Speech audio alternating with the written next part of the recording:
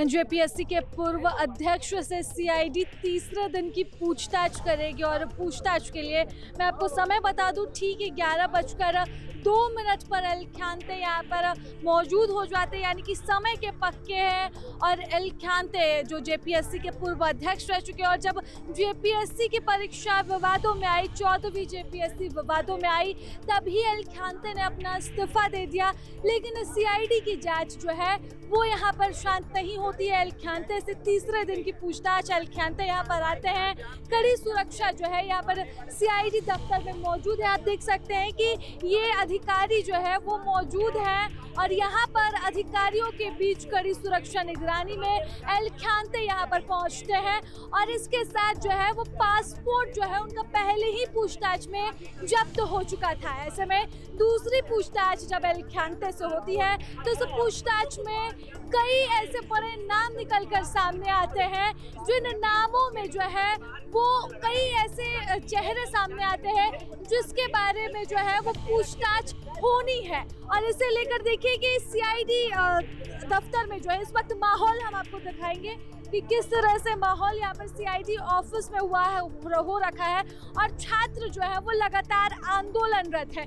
JPSC परीक्षा में धांधली को लेकर जो दृश्य अभी रांची के मैदान में देखने को मिला, स्टेडियम में देखने को मिल रहा है, उस तस्वीर के बाद सीआईडी की जांच और भी तेज हो चुकी है।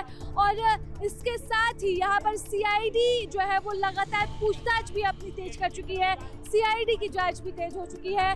लेकिन लगातार गिरफ्तारियों का दौर यहाँ पर जारी है। फिलहाल अभी तक कुछ भी खास निकल कर सामने नहीं आ रहा है। अब तक 11 गिरफ्तारियां हुई हैं और जिस छात्र के पीटी के पेपर जो है वो वायरल था, सौरभ सुमन, उसकी भी गिरफ्तारी हो चुकी है। और माना जा रहा है कि यहीं से धांधली के तार जुड़ेंगे। लेकिन धांधली के तार जुड़ने से पहले आप तस्वीर में देखिए कि किस तरह से यहाँ पर सीआईडी दफ्तर में अभी यहाँ पर कड़ी सुरक्षा, ये अधिकारी है यहाँ पर जो इस वक्त पहरा दे रहे हैं। और एल ख्यांते से जब पूछताछ हो रही है तो उससे लेकर जो है वो विशेष प्रोटेक्शन यहाँ पर जो है वो दिया जा रहा है। एल ख्यांते को एक स्पेशल ट्रीटमेंट भी कहा जा सकता है। और ये देखिए कि यहाँ से भी पूछताछ के लिए एल ख्यांते अंदर गए हैं। घंटों पूछताछ एल ख्यांते से अभी होगी। 2 बार पूछताछ हो चुकी है और 2 बार जो पूछताछ हुई उसमें मुझे लग रहा है कि 18 से 19 घंटे यहाँ पर एल ख्यांते से पूछताछ हुई है। और आज फिर जब एल ख्यांते तय समय पर यहाँ पर आते हैं तो उनसे वही लगभग 8 से 9 घंटे पूछताछ होगी। कई बड़े नाम सामने आ सकते हैं, कई बड़े खुलासे होंगे जिसकी उम्मीद छात्रों को है। हालांकि छात्रों को सीआईडी पर कुछ खास भरोसा नहीं है, क्योंकि सीआईडी ने जब जेएसएससी परीक्षा पर भी जांच की थी तब भी छात्रों का कहना है कि अब तक कोई रिजल्ट नहीं आया। और अब जब सीआईडी के हाथों में एक बार फिर से जांच की बागडोर सौंपी गई है तो छात्रों का कहना है कि ये जांच सीबीआई के हाथों होनी चाहिए, क्योंकि सीआईडी राज्य की है और यहाँ पर राज्य सरकार सीआईडी के जांच में जो है वो दखल अंदाजी कर रही है। इस वजह से भी जांच प्रभावित हो सकती है। इसलिए सीआईडी नहीं बल्कि सीबीआई को जांच सौंपी जाए। अब लगातार छात्र प्रदर्शनरत है। उनकी 4 मांगों में एक मांग ये भी है कि सीआईडी नहीं बल्कि सीबीआई जांच करे। देखने वाली बात रहेगी क्या छात्रों की ये मांग पूरी होती है। और छात्रों की ये भी मांग है कि अगर चारों मांगे पूरी नहीं होती है तो हेमंत सोरेन अपना इस्तीफा भी दे सकते हैं। चारों मांगे पूरी होती है तो छात्र शांत होंगे और चारों मांगे पूरी नहीं होती है तो फिर हेमंत सोरेन के इस्तीफे के लिए फिर छात्र प्रदर्शन करेंगे।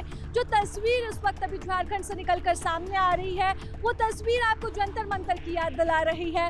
और झारखंड में लगातार परीक्षा में हो रही अनियमितताएं जो है इस बात का गवाह है कि छात्रों का प्रदर्शन जो है वो गलत नहीं, लेकिन रुख जरूर कुछ अलग हो सकता था।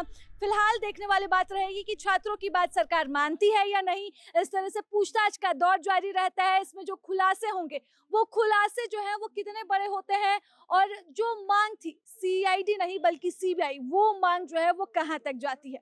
फिलहाल इस बातचीत में बस इतना ही। सहयोगी कपिल के साथ मैं राजलक्ष्मी, प्रभात खबर से। प्रभातखबर.com, विश्वास वही, रफ्तार नहीं।